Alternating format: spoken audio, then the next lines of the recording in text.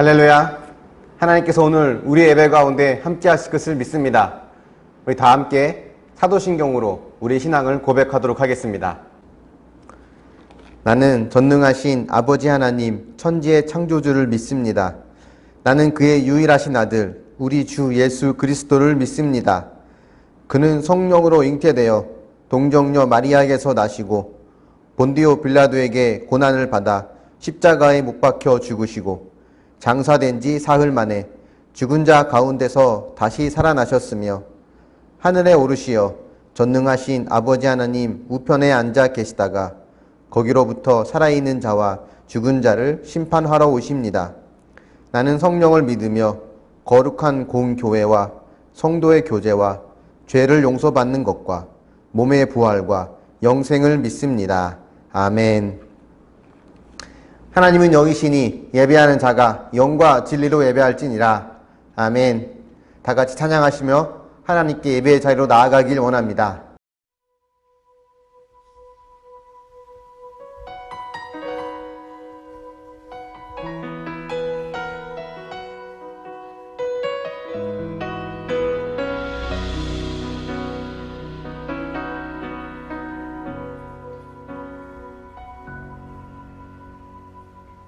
내 영혼 지치고 피곤할 때에 근심 걱정 내 맘 짓누를 때 난 잠잠히 주님을 기다리네. 주님 내 곁에 오실 때까지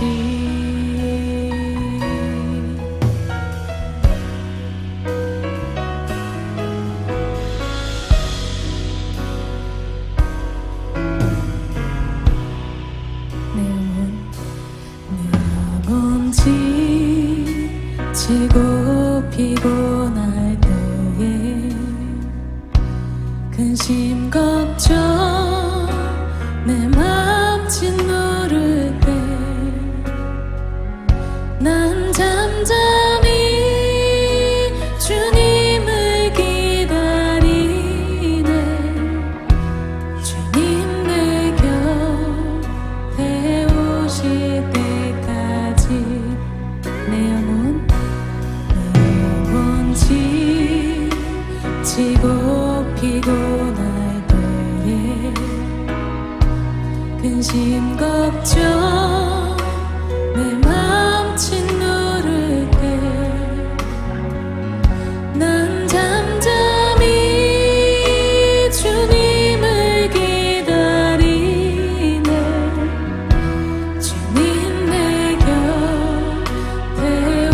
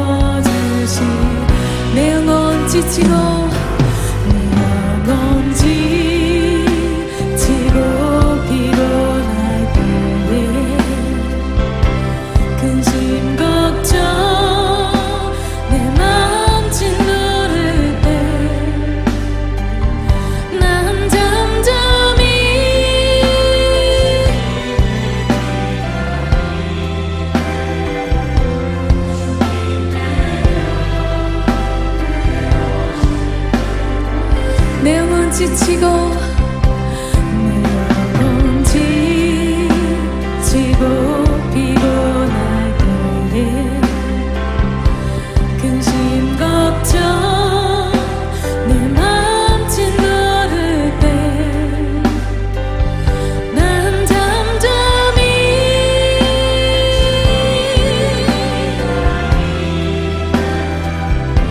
주님 내 곁에 오실 때까지 주 나를 일으켜 산 위에 세우네 거친 바다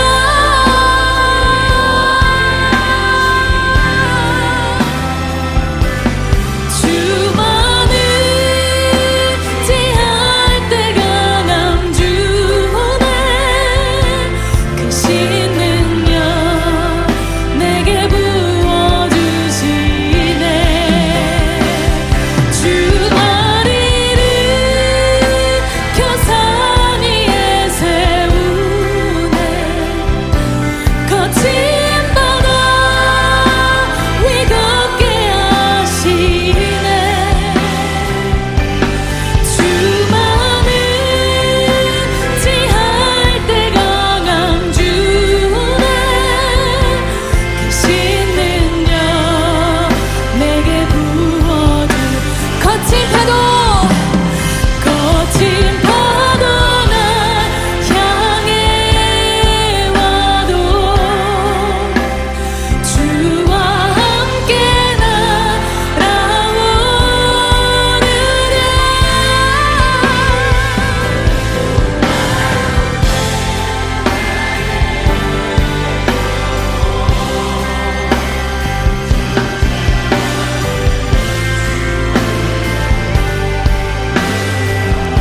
질품에 품으소서 주품에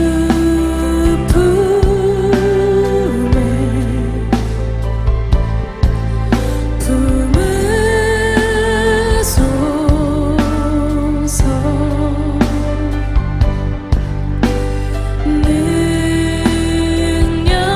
능력을 발로 덮으 주님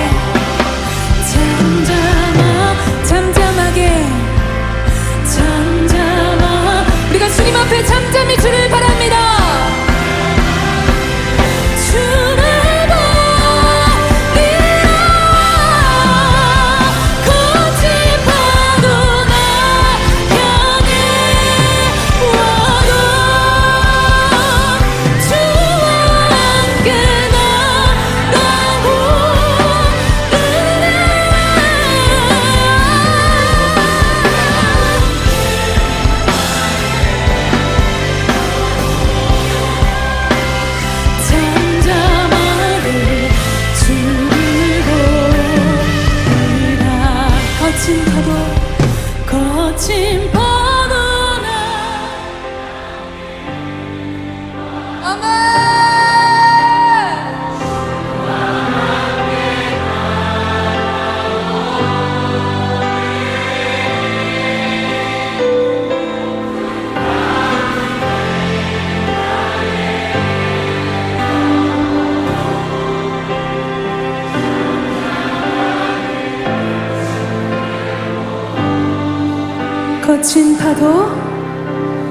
거친 파도나 향해 와도 주와 함께 날아오르리 폭풍 가운데 나의 영혼 잠잠하게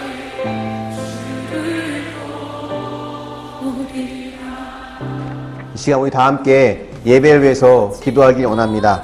하나님, 오늘 우리가 이렇게 얼굴을 대하지 못하고 코로나로 인해서 화면으로밖에 대할 수 없지만 하나님, 이 예배 가운데도 하나님 함께하여 주셔서 우리의 마음이 하나님 앞에 온전히 드려질 수 있도록 주님 인도하여 주시옵소서. 하나님 말씀 앞에 겸손하게 나를 돌아보고 우리의 신앙을 돌아보고 믿음의 굳건히 설 수 있도록 함께 해달라고, 하나님 이 예배 가운데 친히 함께 해달라고 우리 예배를 위해서 같이 기도하겠습니다. 거친 파도나 향해 와도 주와 함께 날아오르리 폭풍 가운데 나의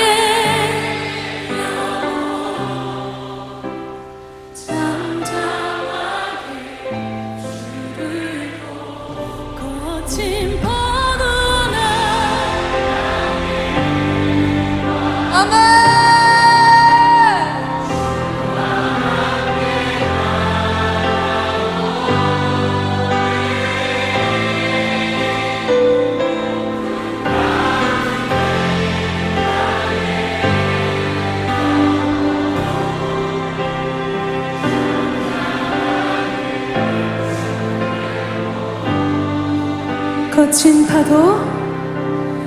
거친 파도나 향해 와도 주와 함께 날아오르리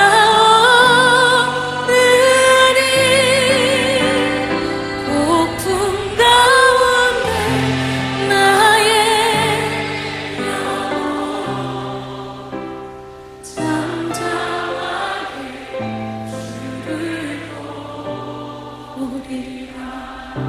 우리의 기도를 들으시고 우리의 예배 가운데 함께 하실 주님을 기대하며 이 모든 말씀 예수님의 이름으로 기도합니다. 아멘. 하나님 말씀은 마가복음 13장 1절과 2절입니다. 예수께서 성전에서 나가실 때 제자 중 하나가 이르되 선생님이여 보소서 이 돌들이 어떠하며 이 건물들이 어떠하니이까. 예수께서 이르시되 내가 이 큰 건물들을 보느냐. 돌 하나도 돌 위에 남지 않고 다 무너뜨려지리라 하시니라. 아멘. 한국교회에 대한 많은 우리의 목소리가 있고 또 한국교회가 뒤바꿔내야 될 많은 개혁의 과제가 있는데요. 그 가운데 정말 중요한 한 가지를 좀 꼽으라고 한다면 그 하나님의 말씀보다는 오늘 한국교회를 지배하고 있는 것 가운데 이런 헬레니즘의 이원론이 너무나 많이 있다는 겁니다. 여러분, 성경에 나와 있는 중요한 사상을 우리가 헤브라이즘이라고 하거든요. 이 헤브라이즘과 거의 맞짱을 뜨는 서양 사상의 굉장히 중요한 기둥이 바로 헬레니즘입니다. 그러니까 이 교회 공동체 또 신앙 안에서 우리가 헤브라이즘의 근거에서 생각하고 행동해야 되는데 사실은 한국교회를 지배하고 있는 것 가운데 많은 것들이 이 헬레니즘의 이원론일 경우들이 굉장히 많이 있어요. 여러분, 헬레니즘의 이원론이라고 하는 것은 예를 들어서 이런 겁니다. 자, 어디가 거룩한 곳인가? 성전이 거룩한 곳입니다. 이 성전을 제외한 모든 것들은 속된 공간이 돼요. 자, 뭐가 하나님이 기뻐하시는 하나님의 일입니까? 예배, 찬양, 기도. 이것이 바로 거룩한 일이에요. 자, 이것을 제외한 모든 것들은요, 세상 일입니다. 자, 누가 거룩한 일을 하는 거룩한 사람입니까?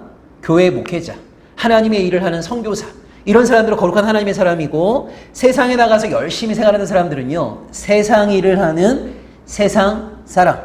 이렇게 구분하는 것이 바로 전형적인 헬레니즘의 이원론적인 사고예요. 그래서 여러분, 신학교에 가보시게 되면 가끔은 나이가 이렇게 지긋하신 분들이 늦은 나이에 신학교에 오시는 분들이 있습니다. 자, 이런 분들이 이런 고백을 많이 합니다. 지금까지 수십 년 동안 세상에서 세상 일에 몰두하다가 이제는 하나님의 일을 하기 위해서 늦은 나이에 신학교에 입학하게 되었다. 여러분, 감동적일지 모르지만 사실은 옳은 이야기가 아니죠. 여러분, 이분이 세상에서 여러 일을 했던 것들이 다 세상 일입니까? 하나님과 아무 상관이 없는 일입니까?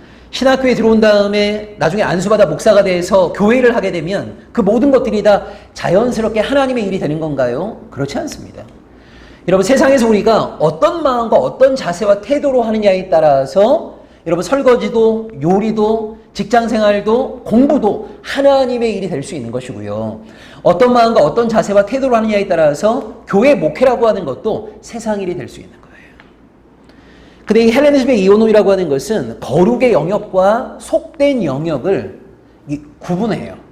이것은 거룩한 일이고 이건 속된 일이고, 이 사람은 거룩한 사람이고 이것은 속된 사람이고, 여기는 하나님이 계시고 여기는 마치 하나님이 계시지 않는 것처럼. 여러분, 그렇지 않습니다. 성경이 말하는 헤브라이즘은요, 전혀 그렇지 않아요. 여러분, 제가 질문을 드려볼 테니까 보시면서 한번 속으로 대답을 한번 해보세요. 자, 우리 의왕 석수교회는 하나님이 거하시는 거룩한 하나님의 집입니까? 대답을 한번 해보세요. 대부분 다 맞습니다. 뭐 아멘 이렇게 얘기를 하시네요. 자, 여러분, 의학 성수교회는 하나님을 모시고 있는 하나님의 거룩한 집인가요?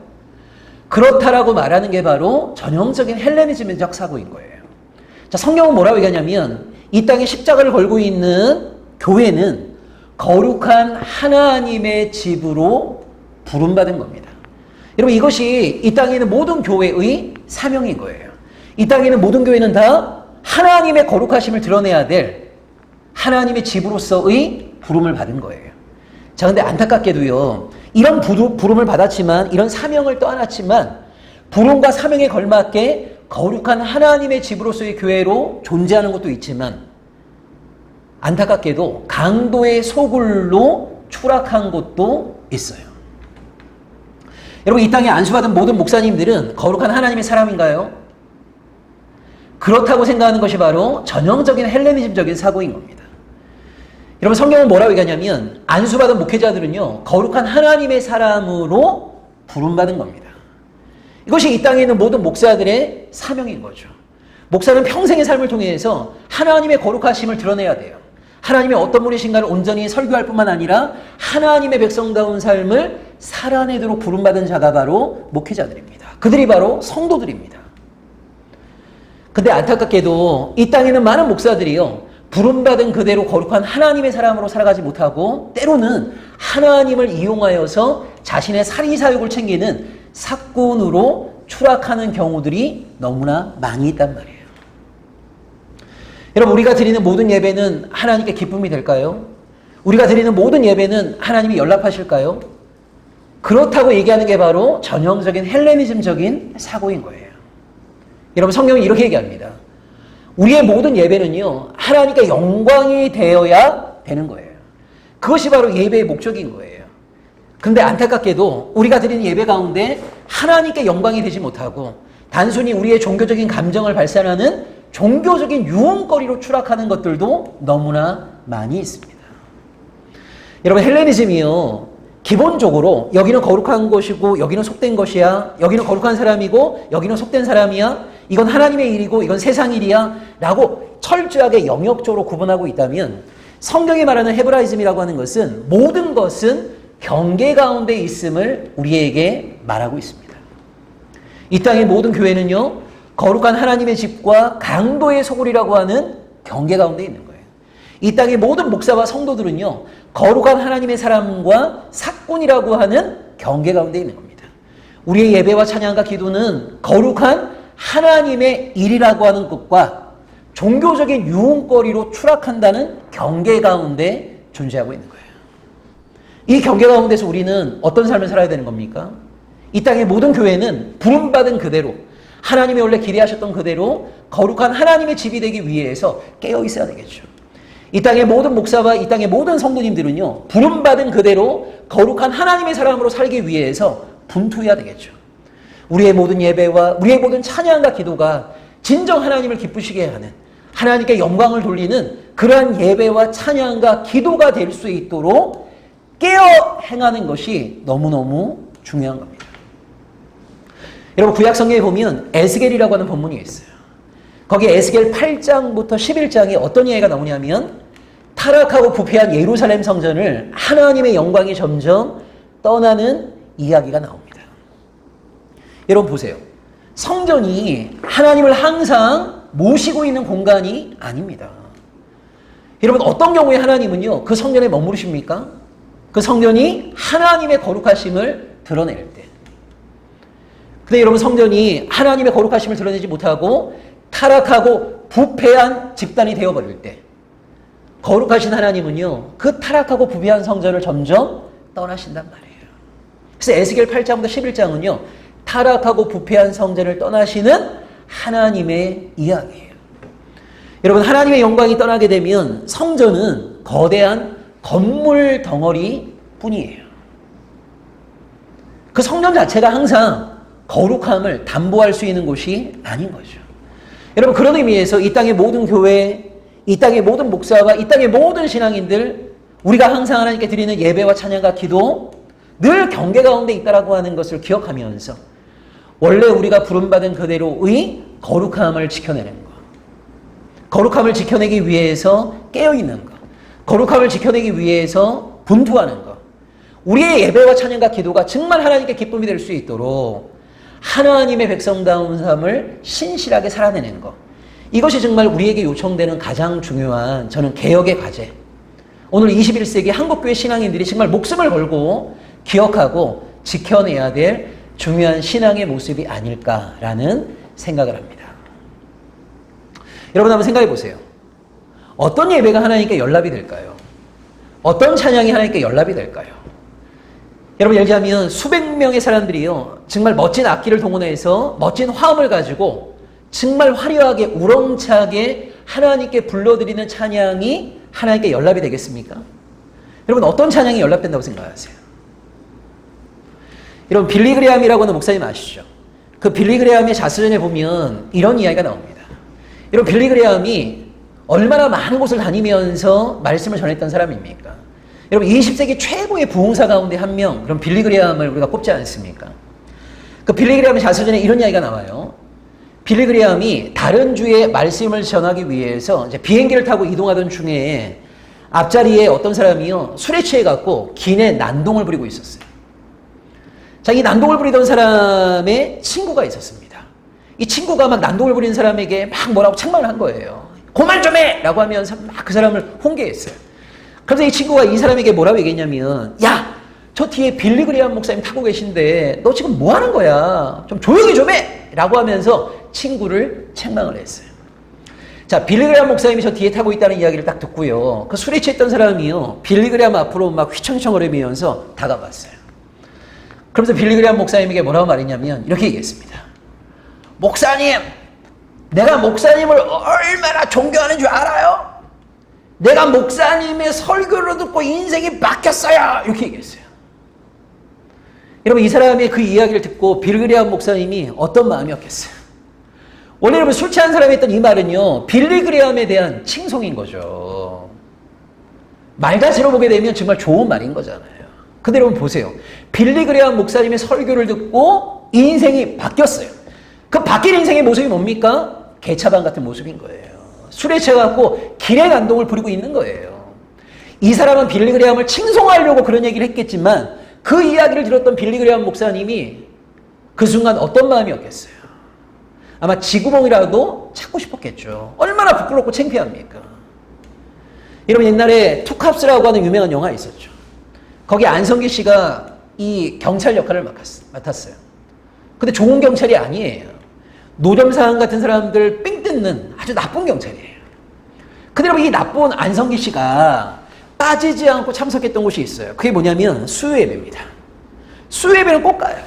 그리고 예배당에 딱 앉자마자 제일 먼저 기도하는 게 뭡니까? 하나님 감사합니다. 당신의 은혜로 내가 삽니다. 이런 기도를 드리는 거예요. 여러분 보세요. 이런 사람의 기도가 하나님께 상달릴 때 하나님이 어떤 마음이셨겠어요?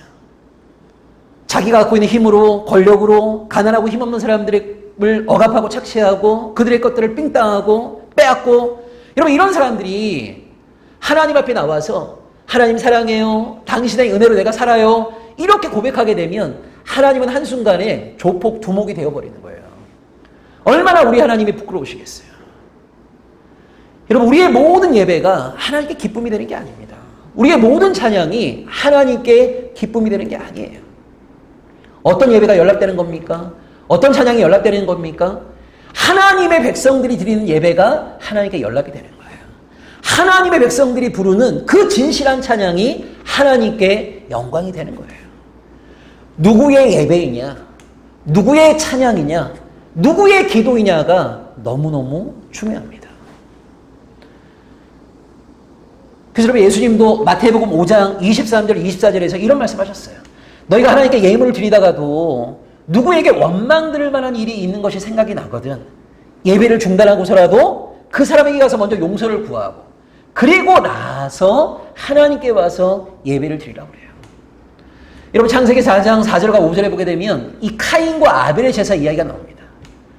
카인과 아벨이 똑같이 하나님께 예배를 드렸는데 카인의 제물은 하나님께 연락되지 않았어요. 아벨의 제물만 하나님께 연락이 되었어요. 여러분 왜 하나님이 아벨의 제물로 연락하셨는데 카인의 제물로 연락하지 않으셨습니까? 4절과 5절에 이런 얘기가 나옵니다. 하나님이 아벨과 그 제물로 연락하시고 카인과 그 제물은 연락하지 아니하셨다는 말이 나와요. 여러분 이 말씀을 풀게 되면요 이런 말이에요.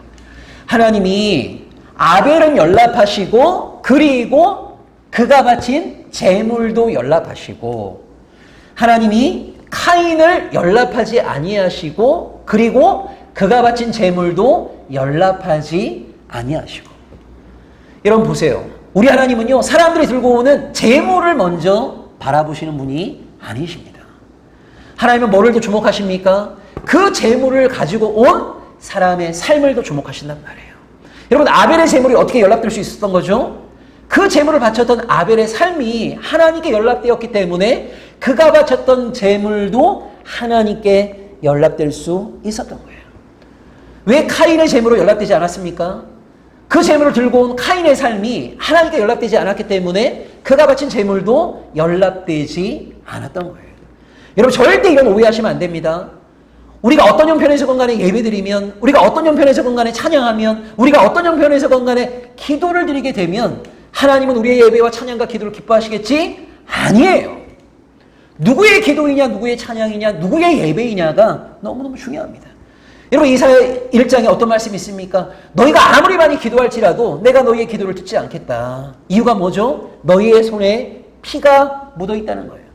여러분 손에 피가 묻어있다는 말은 무슨 얘기입니까? 왜 손에 피가 묻어있는 겁니까? 이웃에게 폭력을 행사한 거예요. 연약한 이웃에게 폭력을 행사한 거예요. 이런 사람들의 기도를 우리 하나님 듣지 않으십니다. 여러분 그런 의미에서 우리가 얼마나 많은 예배를 드리느냐보다 훨씬 더 중요한 게 뭐냐면 우리가 단 한 번의 예배를 드린다 하더라도 이 예배가 진정 하나님을 기쁘시게 하는, 정말 하나님께 영광이 되는, 하나님께 연락되는 예배가 되게 하기 위해서라도 뭐가 중요한 거죠? 일상의 우리의 삶이 하나님께 연락되는, 일상의 우리의 삶이 하나님께 영광이 되는, 일상의 우리의 삶이 하나님께 기쁨이 되는 예배가 되는 것이 너무너무 중요합니다. 여러분 성경 예언서에 보시게 되면요 참 예언자도 있고 거짓 예언자도 있어요.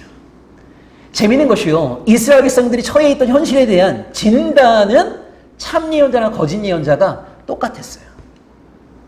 문제가 많다는 거죠. 이래서는 안 된다는 거죠. 빨리 돌이켜야 된다는 거죠. 자, 진단은 똑같았습니다.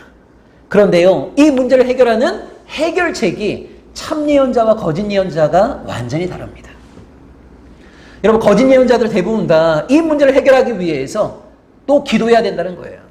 또 예배드려야 된다는 거예요. 더 열심히 하나님께 제물을 바쳐야 된다는 거예요. 거짓 예언자들은 대부분 다 문제를 해결하는 방식으로 뭐를 제시합니까? 종교의식의 강화를 제시합니다. 반대로 여러분 참 예언자들은 이 문제에 대한 해결책으로 뭐를 제시하죠? 우리의 문제는 일상의 예배의 부재, 일상의 삶 속에서 하나님과의 동행의 부재, 일상의 삶 속에서 하나님에 대한 경외의 부재, 이것이 우리의 진정한 문제이다. 이 문제를 해결할 수 있는 유일한 길은 뭡니까? 일상의 순종, 일상에서의 하나님과의 동행, 일상에서 하나님의 언약으로의 돌아감. 이것이 바로 참 예언자의 메시지였어요. 오늘날도 마찬가지입니다.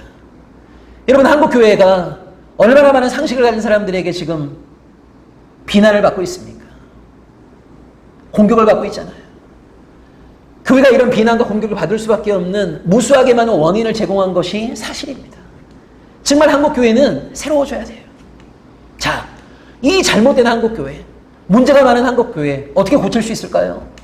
더 뜨겁게 예배하고 더 뜨겁게 찬양하고 더 뜨겁게 기도하는 것을 통해서 이 문제가 해결될 수 있을까요? 아닙니다. 여러분, 한국교회는요, 예배가 부족한 게 아니었어요.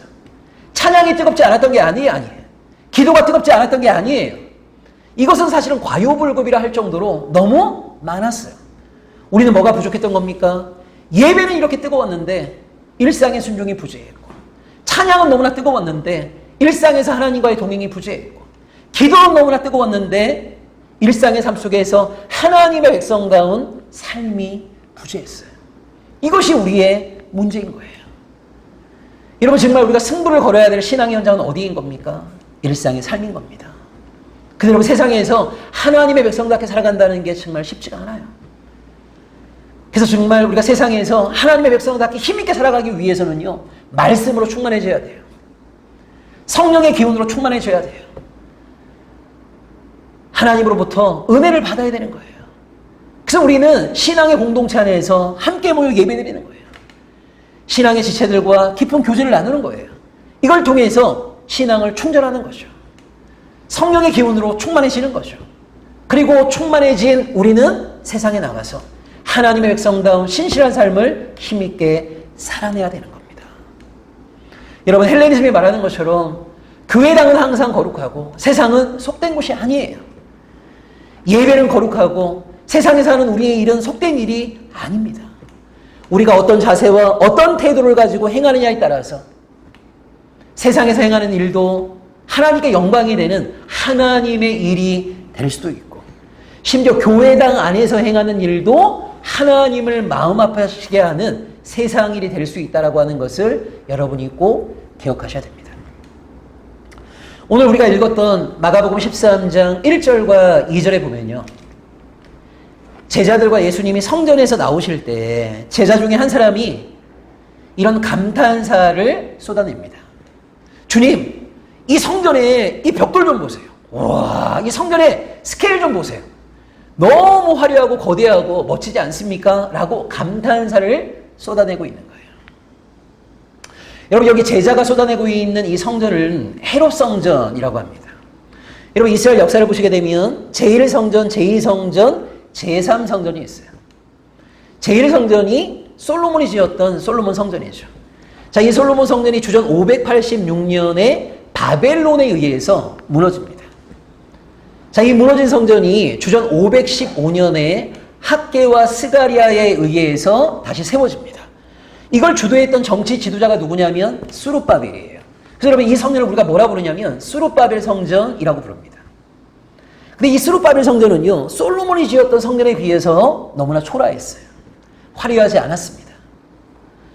자, 이 수룹바벨 성전을 거대하게 증축한 것이 바로 헤롯 성전입니다. 축구장 4배 크기로 엄청난 성전을 지은 거예요. 자, 그러면 왜 헤롯이 이 성전을 이렇게 거대하게 증축을 했는가? 여긴 여러분 역사적인 중요한 배경이 있습니다. 여러분, 헤롯이라는 사람은요, 이 에돔의 후손입니다. 원래 여러분, 에돔 사람들 어디에 살았어요? 요단 동편에 살았죠. 그래서 여러분, 에돔, 모압, 암몬. 그러니까 오늘날로는 여기가 요르단이거든요. 그러니까 오늘날 요르단이라고 하는 나라가 구약시대에 보시게 되면 에돔, 모압, 암몬이 거주하던 땅이에요. 그러니까 요단 동편의 가장 밑에 이 에돔족이 살았거든요. 자, 그러다가 주전 3세기 이후에 나바테안이라고 하는 이 아라비아 계열의 사람들이 에돔을 공격하기 시작합니다. 그래서 나바테안의 공격을 받고 에돔 사람 가운데 일부가 살기 위해서 요단강을 건너서 이스라엘 땅으로 들어오게 돼요. 근데 시간이 지날수록 이 사람들이 점점점 많아지게 됩니다. 그리고 이 사람들이 이스라엘 땅에 들어와서 에돔 사람들만 거주하는 에돔 사람들의 거주지를 만들어요. 그게 여러분 나중에 뭐가 되냐면 에돔 사람들의 도시라는 의미의 이두메가 되는 겁니다. 이두메. 자, 그런데 처음에는요, 이 에돔 사람들이 많지 않았어요. 그래서 에돔 사람들이 이스라엘 땅 안에 와서 자기들이 자치적인 어떤 그 도시 생활을 하는 것을 이스라엘이 용납해 주었습니다. 자, 그러다가 주전 2세기 말에 이 에돔 사람들을요, 강제로 이스라엘 사람으로 만들어버립니다. 그래서 이스라엘 땅에 살고 있던 모든 에돔 사람들이 졸지에 이스라엘 사람이 되어버립니다. 그리고 야훼 하나님을 섬기는 자들로 바뀌게 되는 거예요. 그러다가 불과 50년이 안 돼갖고 이스라엘이 로마의 식민지가 돼요. 자, 이스라엘 로마의 식민지가 되었을 때 이 에돔 사람 가운데 하나였던 헤롯이라는 사람이 엄청난 뇌물을 들고 로마 황제를 만나러 갑니다. 그 로마 황제에게 뇌물을 갖다 바치고 뭐를 요청하냐면 자신의 집안이 이 이스라엘을 다스릴 수 있도록 허락해 줄 것을 요청을 해요. 이걸 로마 황제가 수용을 합니다. 이때부터 헤롯 집안이 이스라엘을 다스리게 된 겁니다. 그래서 여러분, 예수님이 탄생하실 때도 헤롯 대왕이라는 사람이 다스렸잖아요. 그리고 헤롯 대왕이 죽은 다음에 이 헤롯 대왕의 아들들이 이스라엘을 다스렸죠. 여러분, 나중에 사도행전에 가보시게 되면 아그리빠 1세, 아그리빠 2세라고 하는 왕들도 등장하는데 이 사람들이 다 헤롯 집안의 후손들이에요. 그래서 이스라엘이 로마의 식민지가 된 순간부터 유대 전쟁을 통해서 AD 70년에 그 예루살렘 성전이 무너질 때까지 이 헤롯 집안이 100년 이상 이스라엘을 다스리게 된 거예요. 그게 여러분 얼마나 이게 역설이냐면 원래 이스라엘 사람들하고 에돔 사람들은 감정이 안 좋아요. 마치 우리 한국 사람하고 일본 사람들하고 비슷합니다. 자, 그런데 이 에돔 사람들이 나바테안의 공격을 받아갖고 살기 위해서 이스라엘 땅으로 넘어왔고 자기들만의 자치 정부를 구성하고 있다가 주전 2세기 말에 강제로 이스라엘 사람이 다 돼버린 거예요. 그러니까 원래는 에돔 사람인데 이스라엘 사람이 된 거예요. 근데 불과 50년이 지나지 않아서 이스라엘이 로마의 식민지가 돼요. 이때 헤롯이 뇌물을 갖다 바치면서 이스라엘을 다스릴 수 있는 권한을 얻게 되는 겁니다. 그리고 100년 이상 헤롯 집안이 이스라엘을 다스리게 된 거예요. 근데 여러분 어떤 일이 벌어진 거냐면 정통 이스라엘 사람들 입장에서는 헤롯 집안이 이스라엘을 다스리는 거에 대해서 얼마나 원통하고 얼마나 괴로웠겠냔 말이에요. 그 정치를 인정해 줬겠습니까? 인정하지 않죠. 이걸 누구보다 헤롯 집안이 잘 알고 있는 거예요. 그래서 자기의 통치를 반겨하지 않는 이스라엘 사람들의 환심을 얻기 위해서 이 헤롯 집안이 뭘 하기 시작한 거냐면 그 성전을 엄청나게 증축하고 화려하게 재건을 한 겁니다. 언제부터 여러분 이걸 시작했냐면요. 주전 20년. 주전 20년에 성전 증축 공사를 시작해갖고 AD 63년에 끝나요. 그러니까 몇 년 동안 한 거예요? 83년. 83년 동안 그 성전을 지었다가 63년에 완공을 했는데 70년에 로마와 전쟁을 하면서 서쪽의 일부 벽을 남겨두고 모든 성전이 다 무너진 겁니다. 그래서 여러분 일부 남아있는 그 서쪽의 벽을 유대인들이 뭐라 부릅니까? 통곡의 벽이라고 그러잖아요. 그러니까 83년 동안 지었다가 불과 7년 후에 이 성전이 다 무너지게 된 거예요. 자, 이 헤롯 성전인 겁니다. 헤롯 성전. 근데 여러분 요한복음에 보시게 되면 예수님의 공생애 사역하실 때 유대인들과 논쟁하면서 유대인들이 이런 얘기를 하거든요. 야, 이 성전을 지금 46년 동안 짓고 있는데, 그러니까 주전 20년에 성전 공사가 시작되어서 46년 동안 짓고 있는 거니까 예수님이 공생애 하실 때가 한 AD 26년, 27년경이라고 하는 것을 우리가 알 수 있는 거죠.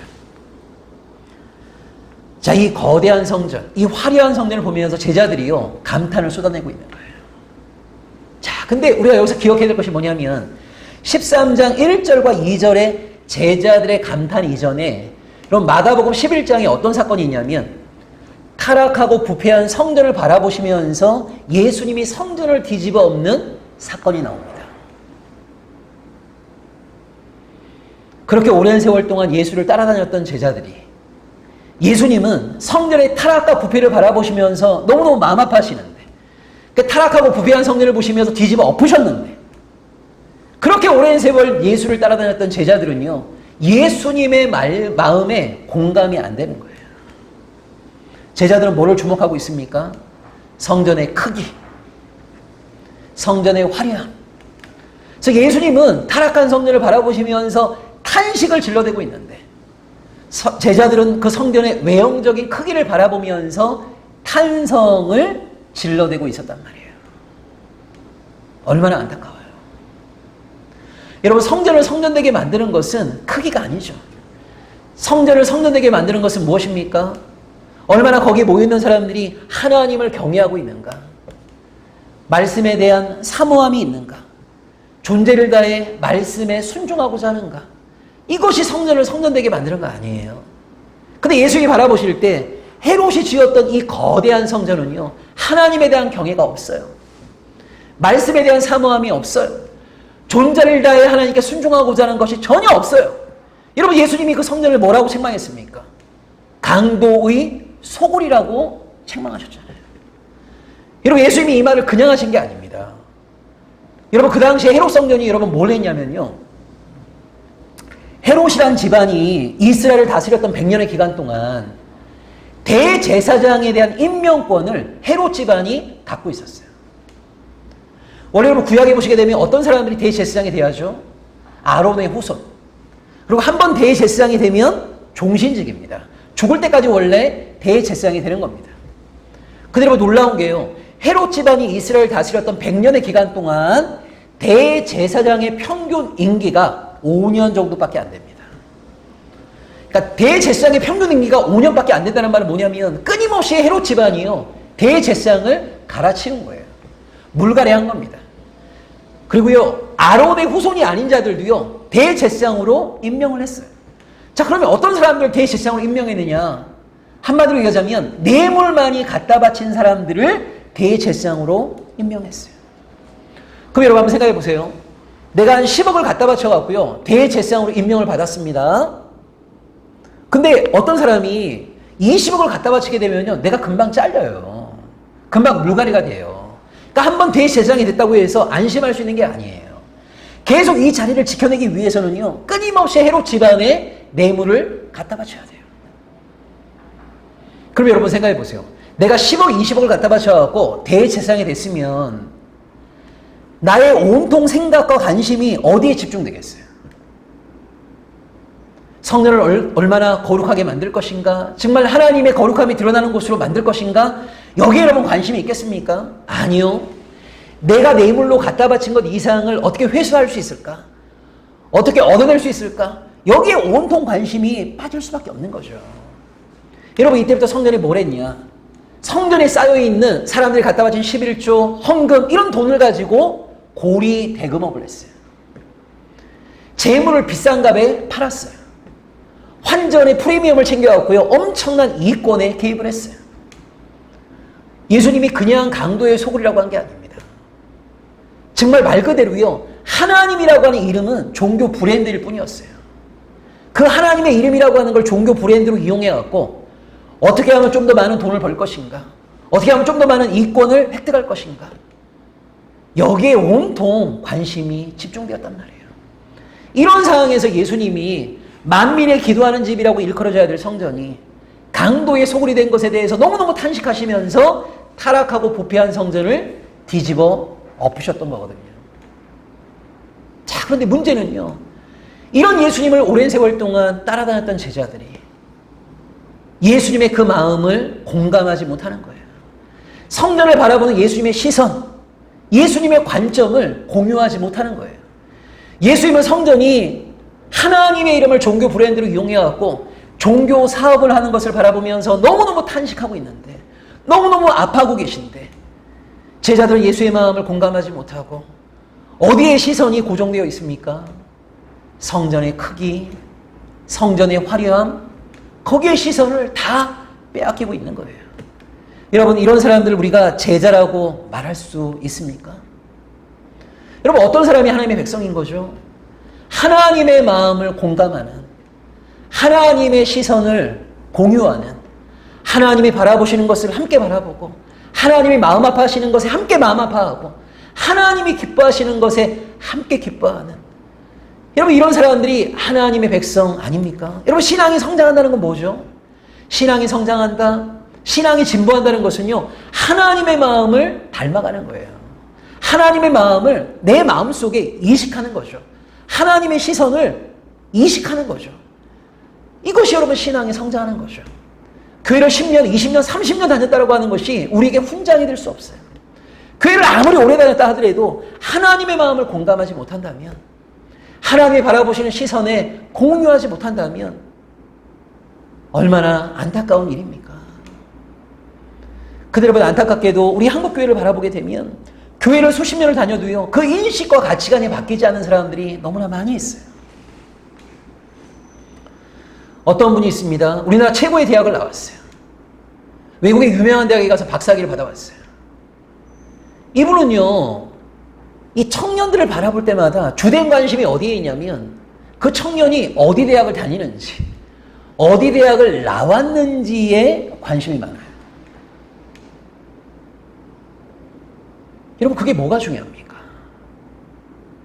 근데 신앙인들 중에도 그런 사람들이 너무 많습니다. 뭐에 지배를 받고 있는 거죠? 대한민국 사회를 지배하고 있는 학벌 숭배 문화, 학벌 우상 숭배에 우리가 지배를 받고 있는 거예요. 하나님의 형상대로 지음받았다는 그 사실만으로도 내가 만나는 모든 사람들을 존귀하게 대해야죠.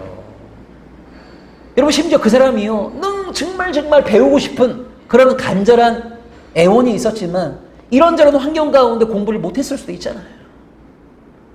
너무너무 열심히 공부할 수 있었던 사람이었지만 가정 환경이 안 돼서 공부를 못했을 수도 있잖아요. 그가 무슨 대학을 나온 게 뭐가 중요합니까? 그가 무슨 대학을 나왔다라고 하는 것이 그의 인품을, 그의 성품을 보증할 수 있는 건가요? 봉천동에 있는 어떤 교회는요, 전통이 이런 게 있어요. 고3 아이들이 수능을 치르게 되면 그 수능을 치렀던 아이 가운데 서울대를 입학하는 아이가 있으면 2월달 주일 오후 예배를 서울대 입학 감사 예배로 드린다고 해요. 이런 뭐 하는 겁니까? 그럼 재수하는 아이들은 뭐가 되는 거예요? 대학에 못 들어간 아이들은 뭐가 되는 거예요? 그 아이들은 하나님이 버리신 건가요? 여러분, 이것이 특정한 몇몇 사람들만의 모습인가요? 아니요. 하나님을 믿는다고 하면서도 이 땅을 지배하고 있는 자본의 가치, 이기심과 탐욕의 지배를 받고 학벌을 숭배하고 돈을 최고의 우상으로 숭배하는 이런 신앙인들이 너무나 많이 있고, 그것이 우리의 모습과는 아무런 상관이 없는 무관한 것이라고 말할 수 없는 것이 솔직한 우리의 현실임을 인정할 수밖에 없는 거예요. 여러분, 교회 안에도 이런 사람들이 참 많이 있죠. 세상적인 성공을 통해서 하나님께 영광을 돌리자. 그러니까 신앙인들이 국회의원도 많이 되고, 신앙인들이 교수도 많이 되고, 신앙인들이 재판관도 많이 되고, 그 세상적인 성공을 통해서 하나님께 영광을 돌리자. 여러분, 이런 이야기들이 얼마나 오랜 세월 동안 한국교회에 울려 퍼졌습니까? 세상적인 성공을 통해서 하나님께 영광을 돌리자는 것의 가장 절정이 뭐였습니까? 장로 대통령 만들기였잖아요. 여러분, 우리 현대사를 보게 되면 3명의 장로 대통령이 나오셨잖아요. 이승만 장로, 김영삼 장로, 이명박 장로. 여러분, 이런 장로님들이 대통령이 돼갖고 하나님께 영광을 돌렸습니까? 여러분, 이승만 장로는요, 3.15 부정선거, 거기에 저항했던 4.19를 통하여서 대통령직에서 하야했잖아요. 김영삼 장로, 우리 민족에게 IMF라고 하는 선물을 주셨어요. 이명박 장로, 감옥에 들어갔어요. 그들이 대통령이 돼갖고 하나님께 무슨 영광을 돌렸습니까? 세상적인 성공이 그 자체로 하나님께 영광이 됩니까? 여러분 정직하게 얘기해보자면 이런 식의 모든 주장들이 다 우리의 욕망을 신앙의 이름으로 합리화하는 것이 아닌가요? 여러분 구약시대에 제일 잘 나갔던, 이스라엘이 제일 잘 나갔던 시대가 바로 오므리 시대예요. 여러분 오므리 시대가 얼마나 강력했냐면 이때는 남유다와 북이스라엘이 분열되었던 때인데도요. 오므리 왕조가 여러분 40년밖에 존속되지 않았거든요. 근데 얼마나 오므리 왕조가 강력했냐면 오므리 왕조가 멸망하고 150년이 지난 이후에도 아수르의 문헌에 의하면 북이스라엘을 오므리의 집이라고 해요. 그만큼 이 오므리 왕조가 강력했어요. 엄청난 경제적인 번영, 군사적인 승리, 영토의 확장, 이걸 이뤄냈던 것이 바로 오므리 왕조입니다. 근데 여러분 보세요. 그 오므리 왕조의 번성이, 그 오므리 왕조의 승승장구가 하나님께 영광이 되었습니까? 아니요. 여러분 오므리, 아합, 아하시아, 여호람으로 이어지고 있는 이 4명의 왕은요. 가장 하나님을 떠난 시대였어요. 여러분 이 오므리 왕조 때 어떤 일이 벌어졌습니까? 야훼 하나님에 대한 신앙을 저버리고 북이스라엘 전체가 바알 숭배 문화에 빠졌던 때가 바로 이 오므리 왕조 시대잖아요. 세상적으로는 승승장구했지만, 세상적으로는 가장 잘 나간 듯 보였지만 그 자체가 하나님께 영광이 되었던 것이 아니에요. 도리어 반대로 세상적으로 제일 잘 나갔던 이때가 하나님과의 관계 속에서는 가장 패악한 시대, 하나님께 등을 돌렸던 시대. 이것을 막기 위해서 하나님께서 엘리야와 엘리사라고 하는 예언자를 보내지 않았습니까? 여러분 신앙인에게는 뭐가 성공인 거죠? 세상적인 승승장구, 권력의 자리에 올라감, 원하는 모든 것들을 얻어냄, 이것이 신앙인들이 추구해야 될 성공인 건가요? 아닙니다. 여러분 신앙인에게는요 뭐만 중요한 것이냐면 하나님께 온전히 순종하고자 하였는가, 이것만이 중요한 거예요. 너무나 오랜 세월 동안 우리의 욕망을, 우리의 이기적인 어떤 그 야망을 하나님의 이름으로 포장한, 그것이 우리의 정직한 현실이었어요. 여러분 신앙인들 가운데 이런 사람들도 많이 있습니다. 큰 교회를 일궈냄을 통하여서 하나님의 위대하심을 드러내고 하나님께 영광을 돌리죠. 여러분 큰 교회 자체가 하나님께 영광이 되는 겁니까? 하나님은 큰 교회를 원하시는 건가요? 뭐가 진짜 큰 교회인 건가요? 여러분 큰 교회 목사님들의 어떤 죄악과 그들의 잘못으로 인하여서 얼마나 많은 사람들이 하나님에 대해서 등을 돌리고 있는가를 잘 보셔야 돼요. 여러분 그동안 우리 한국교회는요 실적만 주목했어요. 실적만. 이런 사람들 많이 있습니다. 아, 우리 교회 목사님이 얼마나 유명한 줄 알아? 우리 목사님의 설교를 듣고 얼마나 많은 사람들이 예수를 믿게 되는 줄 알아? 우리 목사님이 수만 명을 전도했어. 막 이런 사람들이 있어요. 실적만 바라보는 거죠. 근데 그 목사의 타락으로 인해서 얼마나 많은 사람들이 실족하고 있는가는 바라보질 못해요. 이게 여러분 우리의 정직한 현실인 거예요. 실적만 바라보았지 실족하는 사람들이 얼마나 많이 있는지를 바라보지 못했어요. 여러분 제가 2000년 가을에 주일날 교회를 가기 위해서 지하철 5호선을 타고 이 교회를 가다가 이런 사건을 경험했습니다. 이 주일 아침에 지하철 5호선을 타고 이렇게 가다 보니까요, 제가 타고 있던 칸에 사람이 많지 않았어요. 저만 깨어 있었어요. 모든 사람들은 다 이렇게 졸고 있었어요. 근데 그 이른 아침에도요, 지하철 노방전도하는 집사님이 계시더라고요. 한 40대 중후반의 여자 집사님이셨는데, 아, 이분이 그 일요일 아침에 지하철 노방전도를 하시는 거예요. 여러분 또 지하철 노방전도할 때 어떻게 하십니까? 사람들이 앉아있는 좌석 그 가운데를 지나가시면서 본인이 전하고자 하는 메시지를 선포하고 이렇게 지나가시잖아요. 근데 여러분 이 여자분은요, 열심히 특심하셔갖고 그 졸고 있는 사람들에게 일일이 맨투맨 전도를 하시더라고요. 자, 어떻게 맨투맨 전도를 하냐면, 이렇게 사람이 이렇게 졸고 있으면 무릎을 탁 치는 거예요. 무릎을 탁 치면, 여러분 졸다가 사람이 누가 무릎을 탁 치게 되면 얼마나 깜짝 놀라겠어요. 이 깜짝 놀라갖고 눈을 딱 뜨게 되면 이 집사님이 준비한 전도지를 딱 이렇게 주면서 이렇게 얘기해요. 이렇게 졸면 죽어! 예수 믿고 구원받아야 돼. 이렇게 얘기해요. 그래서 그 한 칸에 타고 있던 모든 사람들을 그렇게 맨투맨 전도를 딱 하시고 이분이 옆 칸으로 가셨어요. 그러니까 졸고 있던 모든 사람들이 여자 집사님 때문에 다 깨어나게 된 거예요. 그리고 서로를 이제 멀뚱멀뚱 쳐다보게 된 겁니다. 자, 이때 나이가 지극했던 남자 한 분이요. 너무 화가 안 풀리는 거예요. 너무 막 화가 나갖고 그 여자분에 대해서 막 욕을 하기 시작하더라고요. 그리고 여자분을 욕하다가 이게 여러분 어떻게 발전이 되냐면 그 여자분이 주고 갔던 전도지를 딱 봤는데 그게 성락교회 주보였거든요. 성락교회. 그러니까 우리는 보통 이제 성락교회 그러면 귀신론 때문에 이단 이렇게 얘기하잖아요. 근데 여러분 사실은 뭐 교회 바깥에 있는 사람들이 성락교회가 이단인지 아닌지 모르죠. 똑같은 교회인 거죠. 그러니까 처음에는 막 여자분을 욕하다가 이게 화가 안 풀리니까 이 아저씨가 나중에는 교회를 막 욕하기 시작하는 거예요. 이거 다 교회가 시킨 거라고. 그래도 화가 안 풀리니까요. 이분이 마지막에 어디까지 가냐면 예수 믿고 미쳤다고. 저 여자가 예수 믿고 미쳤다고 하면서 저 여자를 미치게 만든 예수를 욕하기 시작하더라고요.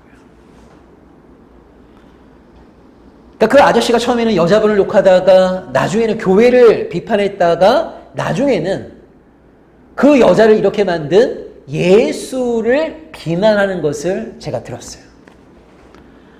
그걸 들으면서 이런 생각이 들더라고요. 그 여자분이 여러분 1년 내내 지하철에서 그렇게 전도한다고 한번 상상해 보세요. 그리고 1년 내내 그렇게 전도하면서 한 10,000명의 사람을 만난다고 상상해 보세요. 근데 여러분 또 성령의 역사가 어떻게 임할지 모르잖아요. 이 여자분의 전도를 받고 그 10,000명 가운데 한두 명은 정말 교회를 또 갈 수 있어요. 그럼 여러분 요즘 교회는요, 아무리 교인이 많아도요, 처음 온 사람들 금방 알아냅니다.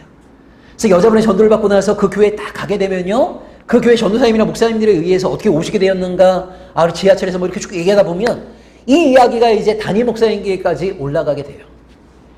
그 우리 한국교회 담임 목사님이요, 설교 시간이나 광고 시간에 꼭 그 김 집사님, 지하철 노방전도에 있던 김 집사님을 또 이렇게 세웁니다.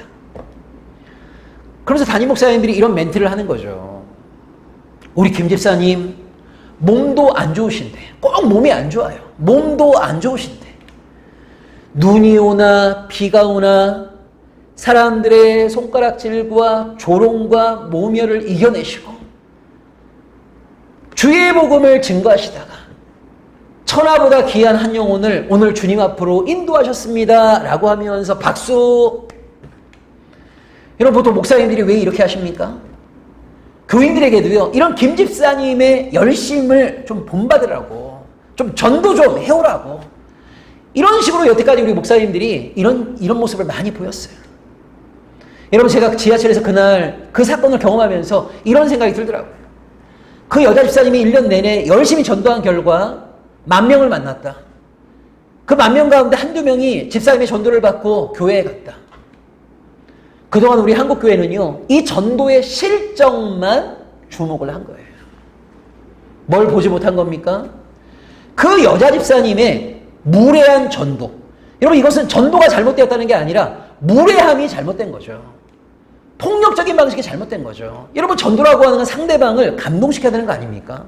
전도라고 하는 건 상대방을 설득시켜내야 되는 거 아닙니까?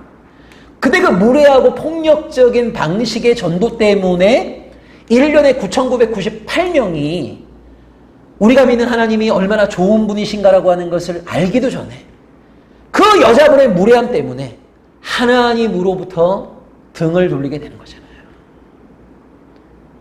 9,998명을 실족시킨 거죠.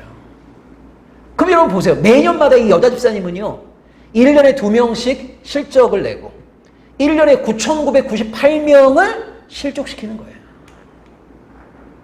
결산을 해보면 매년마다 마이너스 9,996이 되는 거예요. 근데 여러분 우리 한국교회는 그동안 실적만 중시했어요. 몇 명 전도했습니까?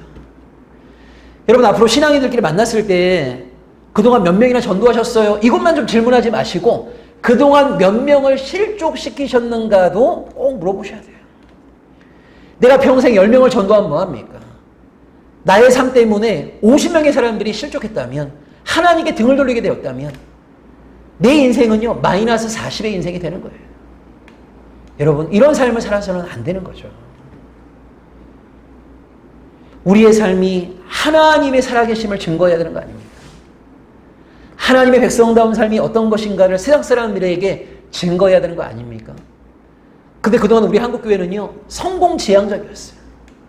승리 지향적이었어요. 실적 중심이었어요.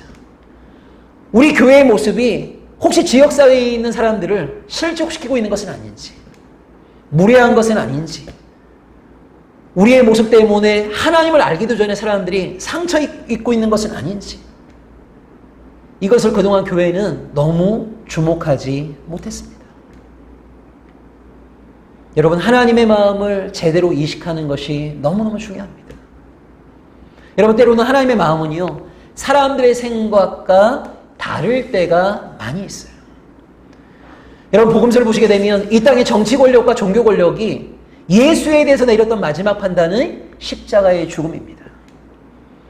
이 땅에 힘 있는 자들이 함께 마음을 모아서 예수를 죽였어요. 너 같은 인간은 죽어야 돼 라고 하면서 예수를 십자가에 못 박아 죽였습니다. 이것이 예수님에 대한 세상의 마지막 판단이었어요. 여러분, 이 세상의 판단을 뒤집어 엎었던 하나님의 판단이 무엇이죠? 부활입니다. 예수와 같은 자는 다시 살아나야 된다. 그 세상의 판단을 뒤집어 엎고 하나님은 예수 그리스도를 살려주셨습니다. 여러분, 세상의 판단과 하나님의 판단은 이렇게 다를 수가 있는 거예요. 이걸 우리에게 잘 보여주는 게 바로 십자가와 부활입니다. 여러분, 우리가 어떤 삶을 살아야 되겠습니까? 세상에서 인정받는, 세상에서 성공하는, 세상에서 승리하는 이런 삶을 우리가 추구해야 되겠습니까? 아니면 때로는 세상에서는 실패한 자인 것처럼 보이지만, 세상에서는 별 볼 일 없는 자인 것처럼 보이지만 하나님의 판단에서 승리한 자가 돼야 되지 않겠습니까? 이것이 하나님의 백성이 걸어가야 될 참되고 유일한 길인 것이죠. 세상에서 승리하고 성공하는 그런 인생이 아니라 하나님의 판단에서 승리하는 인생, 하나님께 인정받는 인생, 이것이 우리가 걸어가야 될 유일하고도 참된 길인 거예요. 여러분, 예수님이 부활하셨을 때 예수의 부활을 잠재우기 위해서, 예수가 부활하셨다라고 하는 제자들의 음성을 잠재우기 위해서 로마와 유대교가 만들어낸 반박 논리가 있어요. 대표적인 것이 두 가지가 있습니다. 하나가 시체 도난설이고 또 하나가 예수 기절설입니다. 여러분, 제자들이요, 부활한 예수를 만나고 나서 완전히 새로운 사람이 됐어요. 예수 부활했다라고요, 목숨을 내어놓고 증거했어요. 이 메시지를 잠재우기 위해서 시체 도난설과 예수 기절설이라고 하는 논리를 만들어내었습니다. 여러분, 시체 도난설이라고 하는 것은 뭐냐면요, 자, 예수가 죽었습니다. 무덤에 안장되었습니다. 제자들이 한밤중에 떼거지로 몰려와고요, 군병들을 힘으로 몰아내고 무덤문을 연 다음에 예수의 시체를 훔쳐갔다는 거예요. 그러니까 자기네가 예수 시체를 훔쳐간 다음에 제자들이 뭐라고 떠든다는 겁니까? 예수가 부활했다라고 떠든다는 거예요. 사람들이 질문합니다. 아, 예수가 부활했다는 증거가 뭐야? 라고 질문하게 되면 예수의 빈 무덤을 봐라 라고 하면서 예수가 부활한 것처럼 제자들이 속이고 있다는 거예요. 자, 이게 뭐예요? 시체 도난설입니다. 또 하나가 뭐죠? 예수 기절설이에요. 여러분, 예수 기절설이라고 하는 것은요, 예수님이 너무너무 허약하셨어요. 그래서 우리 복음서에 보게 되면 예수님은요, 얼마나 허약하셨냐면 십자가의 가로목을 스스로 짊어지고 올라가지 못하셨어요. 그래서 구레네 사람 시몬이 대신 그것을 짊어지고 올라갔잖아요. 여러분, 또 십자가에 제수가 달리게 되면 짧아도 하루 이상, 길면은 2, 3일 정도 그 십자가 위에서 버티다가 죽습니다. 우리 예수님은요, 오전 9시에 달리셔갖고 오후 3시에 운명하셨어요. 최단시간에 운명하셨어요. 그만큼 우리 예수님이 허약하셨거든요. 그 예수님이 있는 힘 없는 힘을 다 끌어모아갖고 엘리 엘리 라마 사박다니를 외친 다음에 기절을 했다는 거예요. 근데 로마의 군병들은 예수가 기절한 건데 죽은 줄 알고 예수를 무덤에 안장했다는 거예요. 근데 여러분, 이스라엘을 가보시면 아시겠지만 굉장히 더운 나라 아닙니까? 근데 이스라엘은 우리나라보다 살기가 편해요. 왜냐하면 습기가 없어요. 이게 덥기는 덥지만 이 나무들이나 동굴에 들어가게 되면 너무너무 시원해요. 자, 예수가 십자가에서 기절했는데 사람들은 죽은 줄 알고 무덤에 넣었다는 겁니다. 이 무덤이 어디예요? 동굴이거든요. 그 무덤에 딱 누웠는데 그 시원한 무덤에서 예수님이 몇 시간 후에 깨어나셨다는 거예요. 자, 여기서부터 이제 미스테리죠. 깨어나신 예수님이 성인 6명 이상이 굴려야만이 움직일 수 있는 돌문을 홀로 여시고 군병들과 육박전을 치르신 다음에 제자들에게 나타나셨다는 거예요.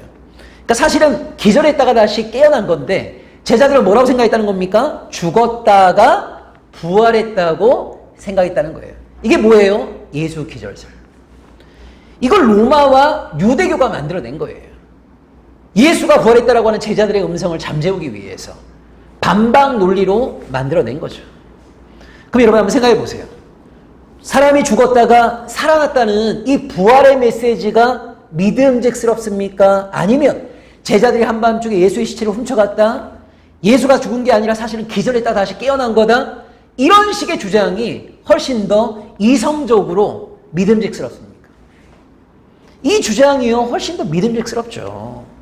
타당해 보이죠. 합리적으로 보이죠. 근데 여러분, 놀라운 일이 일어난 거예요. 시간이 지나면 지날수록 이 시체 도난설과 예수 기절설이 아니라 예수가 죽었다가 살아났다라고 하는 예수의 부활의 메시지를 점점 더 많은 사람들이 귀 기울여 듣기 시작했어요. 여러분, 어떻게 이것이 가능했을까요? 이유는 딱 하나입니다. 부활한 예수를 만나지 못했더라면 도저히 살아낼 수 없는 삶을 제자들이 살아내었기 때문에 예수가 부활했다라고 하는 그들의 메시지를 사람들은 신뢰할 수밖에 없었던 거예요. 여러분 보세요. 베드로, 예수가 재판받는 과정 속에서 너도 예수와 한패가 아니냐라고 사람들이 물었을 때요, 살기 위해서 예수를 3번이나 모른다고 부인했던 전형적인 소시민이었어요. 그런 베드로가 부활한 예수를 만난 다음에 사도행전 앞부분에 보게 되면요, 대제사장이 베드로에게 이렇게 명령합니다. 너 한 번만 더 예수 부활했다는 말을 하게 되면 가만두지 않겠다고. 여러분, 이전에 베드로였다면 어떻게 대답했겠어요? 다시는 얘기하지 않겠다고 아마 각서를 썼을 거예요. 근데 여러분, 사도행전을 보게 되면 부활한 예수를 만난 베드로는 어떻게 바뀌어 있습니까?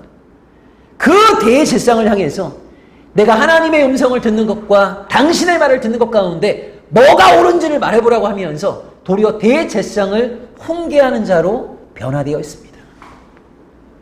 죽음을 두려워하지 않는 담대한 사람으로 변화되어져 버렸어요.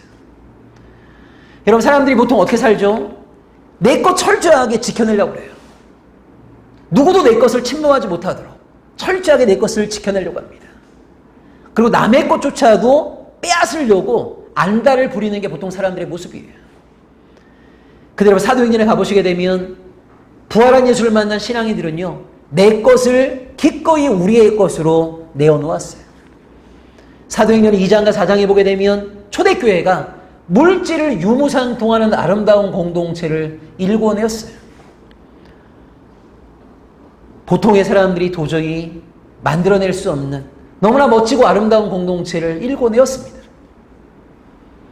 이런 베드로나 초대교인들이 이구동성으로 무엇을 주장한 겁니까? 우리는 부활한 예수를 만났다. 여러분, 오늘 한국교회가 1년에 한 번씩 부활주를 지키는데 왜 예수가 부활했다라고 하는 우리의 메시지를 세상 사람들은 귀 기울여 듣지 않죠? 이유는 딱 한 가지인 거예요. 부활한 예수를 만난 삶의 증거가 없기 때문에 우리의 메시지에 힘이 없는 거죠. 신뢰할 수가 없는 거죠. 여러분, 정말 코로나의 상황 속에서 오늘 한국교회가 맛을 잃어버린 소금처럼 대한민국 사람들에게 집단적으로 비판을 받고 있어요. 세상의 비판에 대해서 우리 교회는 할 말이 없어요. 부끄러워해야 되고 회개해야 되고 자중해야 됩니다. 그리고 스스로 물어봐야 됩니다. 정말 하나님을 믿는 자로서 하나님의 마음이 우리의 마음인가? 하나님의 관점이 우리의 관점인가? 우리는 얼마나 하나님을 닮아가고 있는가? 하나님의 마음은 A인데 우리의 마음은 여전히 B에 머물러 있는 것은 아닌가? 우리의 욕망과 야망, 세상적인 성공과 승리를 하나님의 뜻으로 포장하며 살고 있었던 것은 아닌가? 하나님의 백성다움, 부활한 예수를 만난 삶의 증거가 우리에게 존재하고 있는가? 마치 이스라엘이 바벨론 70년의 포로 생활을 통하여서 정화되어지고 갱신되어졌던 것처럼 오늘 대한민국 사회로부터 집단적으로 책망과 비판을 받고 있는 한국교회가 마치 이스라엘이 바벨론 포로기를 거쳤던 것처럼 우리의 잘못이 무엇인지를 깊이 있게 돌아보고 성찰하고 우리가 돌아가야 될 신앙의 본질이 무엇인가를 다시 한번 깨닫고 그 본질을 더 힘있게 붙잡는, 그래서 이 바벨론 포로의 시간이 우리에게 다시 갱신과 회복을 위한 정화의 시간이 되기를 저는 간절히 바라고 있습니다. 우리 의왕 석수교회 사랑하는 성도님들, 오늘날 이 땅에 많은 사람들은요, 외형적인 크기, 외형적인 거대함, 외형적인 화려함을 추종하고 있어요. 사람들이 많이 모이는 교회를 큰 교회라고 생각합니다. 여러분 신명기 4장 6절과 8절을 보시게 되면 하나님은 이스라엘을 큰 이스라엘이라고 말씀하세요. 여러분 이스라엘이 인구가 많아서 큰 이스라엘입니까? 힘이 많아서 큰 이스라엘입니까? 아니요. 근데 왜 하나님은 이스라엘이 큰 이스라엘이 되기를 원하십니까? 무엇이 큰 겁니까? 하나님께 순종하는 자들이 큰 자입니다. 사람이 많이 모인 교회가 큰 교회가 아니고요. 하나님께 순종하는 백성이 있는 교회가 큰 교회입니다.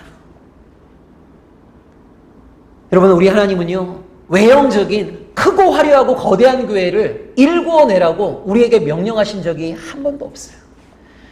여러분 요한계시록에 보시게 되면 하나님께 심판을 받는 큰 성 바벨론, 하나님께 심판을 받는 이 바벨론이라고 하는 거대한 성, 그 바벨론을 수식하는 단어는 늘 크고 거대한 바벨론입니다.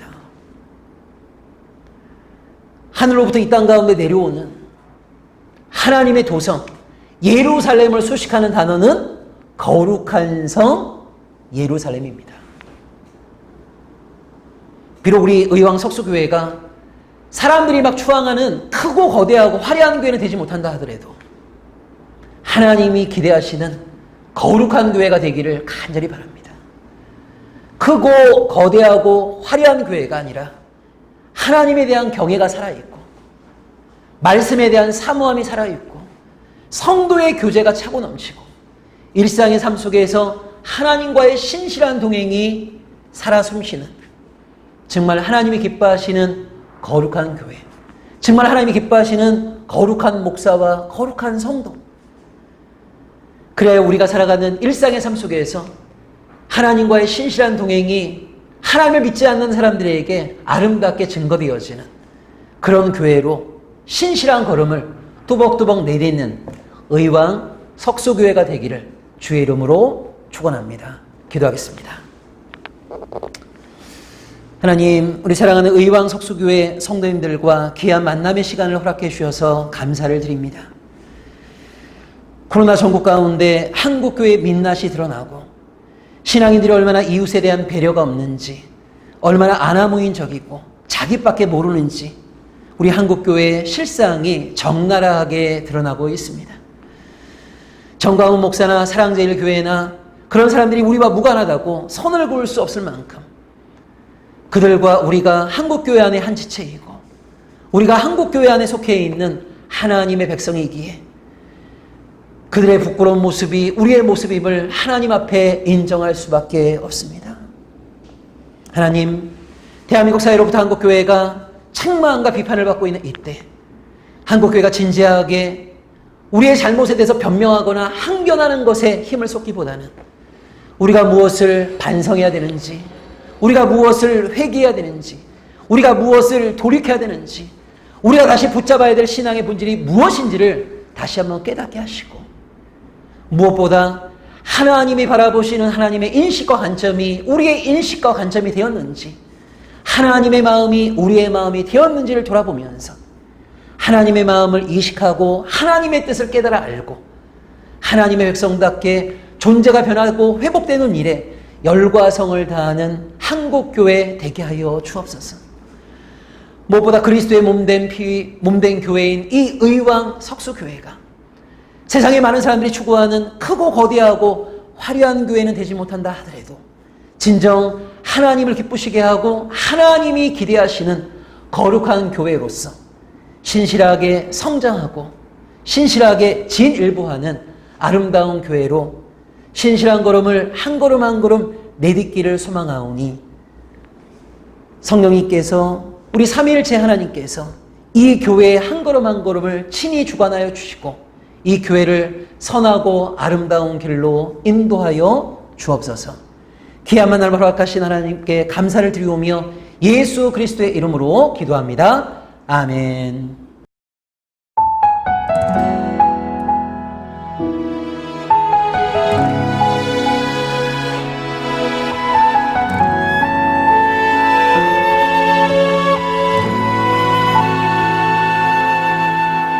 이 세상을 살아가는 동안에 나의 힘을 의지할 수 없으니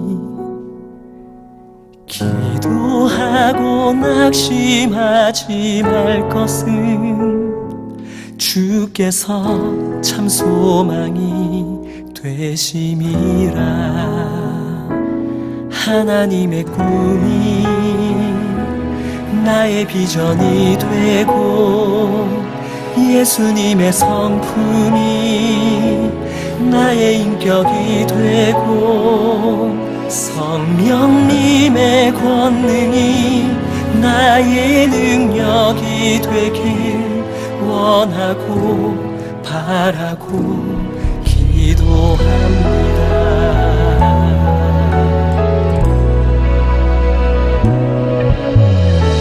세상을 살아가는 동안에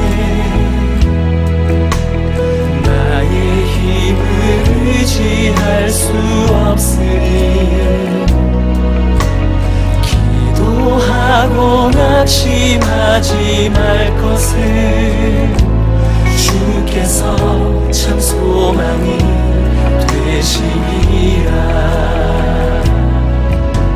주의 길을 걸어가는 동안에 세상에 거두지할 수 없으니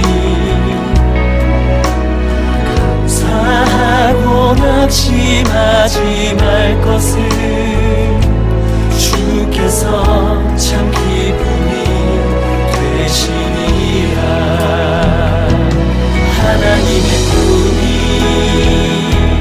나의 비전이 되고 예수님의 성품이 나의 인격이 되고 성령님의 권능이 나의 능력이 되길 원하고 바라고 기도합니다.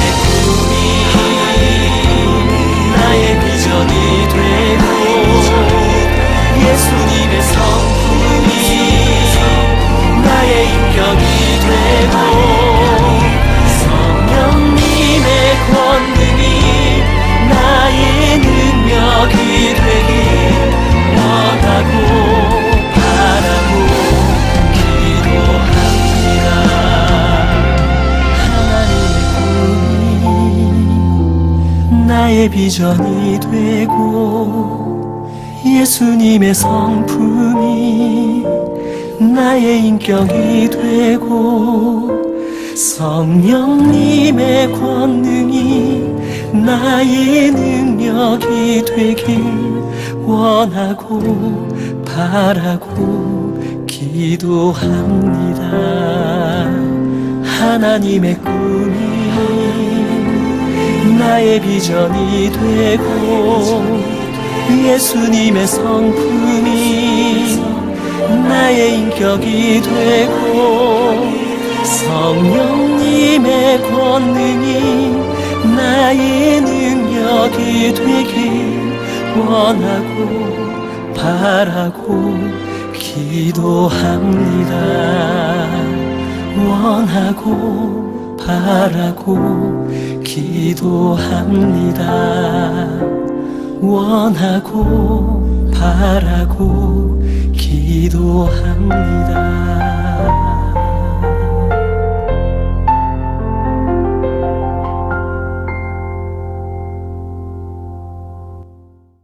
사랑의 하나님 감사합니다. 우리의 신앙이 눈에 보이는 형식적인 것만 쫓는 허울뿐인 신앙이 아니라 참된 하나님과의 바른 관계를 맺으며 하나님만을 사랑할 수 있는 아름다운 믿음의 모습이 될 수 있도록 도우시고 인도하여 주시기를 원합니다. 눈에 보이는 화려한 헤롯 성전을 흠모했던 제자들의 모습이 나의 모습은 아닌지 하나님 우리의 참된 신앙의 모습을 다시 한번 되돌아보며 믿음으로 설 수 있도록 우리에게 은혜를 더하시고 함께하여 주시옵소서. 성전의 건물, 눈에 보이는 화려한 것들이 우리의 목표가 되지 않고 일상 속에서 하나님만 바라보며 하나님과 친밀한 관계를 맺으며 내가 있는 직장과 공동체와 그 이웃과의 관계 속에서 빛과 소금으로 살아갈 수 있기를 원합니다.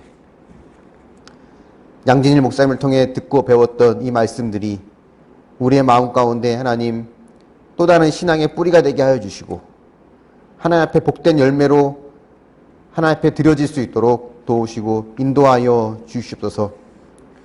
하나님 코로나로 인해서 하나님 많은 사람들이 어려움을 겪고 있으며 또 교회 역시도 힘든 시간을 보내고 있습니다. 이 코로나의 시간을 통해서 하나님 교회가 다시 교회다워지고 성도가 성도다워지고 목사가 목사다워지는 하나님 그런 기회가 될 수 있도록 도우시고 인도하여 주시옵소서.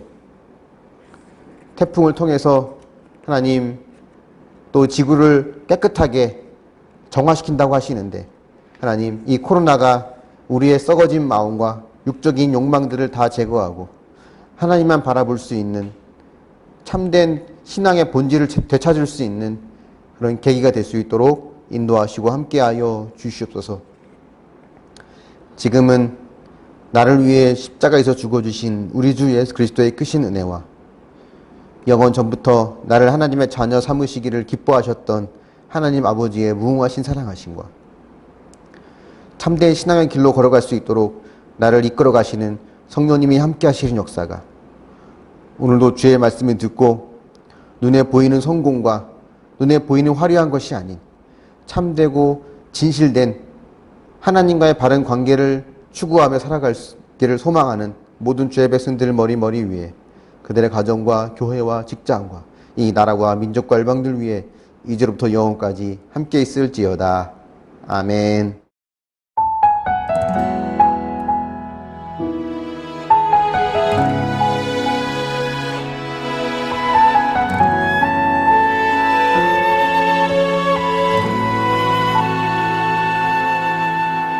이 세상을 살아가는 동안에 나의 힘을 의지할 수 없으니 기도하고 낙심하지 말 것은 주께서 참 소망이 되심이라. 하나님의 꿈이 나의 비전이 되고 예수님의 성품이 나의 인격이 되고 성령님의 권능이 나의 능력이 되길 원하고 바라고 기도합니다.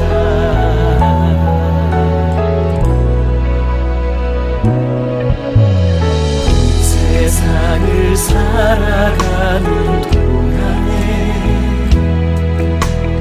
나의 힘을 의지할 수 없으니 기도하고 낙심하지 말 것을 주께서 참 소망이 되시니라. 주의 길을 걸어가는 동안에 세상에 거두지할 수 없으니 감사하고 낙심하지 말 것을 주께서 참 기쁨이 되시니라. 하나님의 꿈이 나의 비전이 되고 예수님의 성품이 나의 인격이 되고 성령님의 권능이 나의 능력이 되길 원하고 바라고 기도합니다.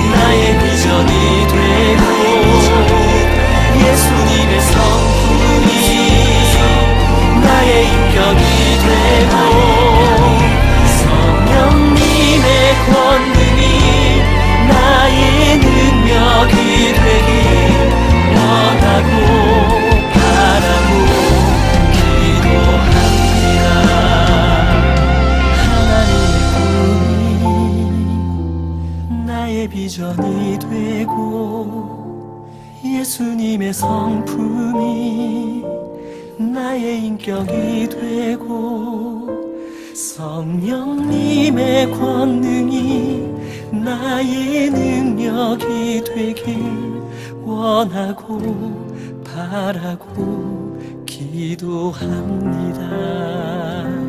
하나님의 꿈이 나의 비전이 되고 예수님의 성품이 나의 인격이 되고 성령님의 권능이 나의 능력이 되길 원하고 바라고 기도합니다. 원하고 바라고 기도합니다. 원하고 바라고 기도합니다.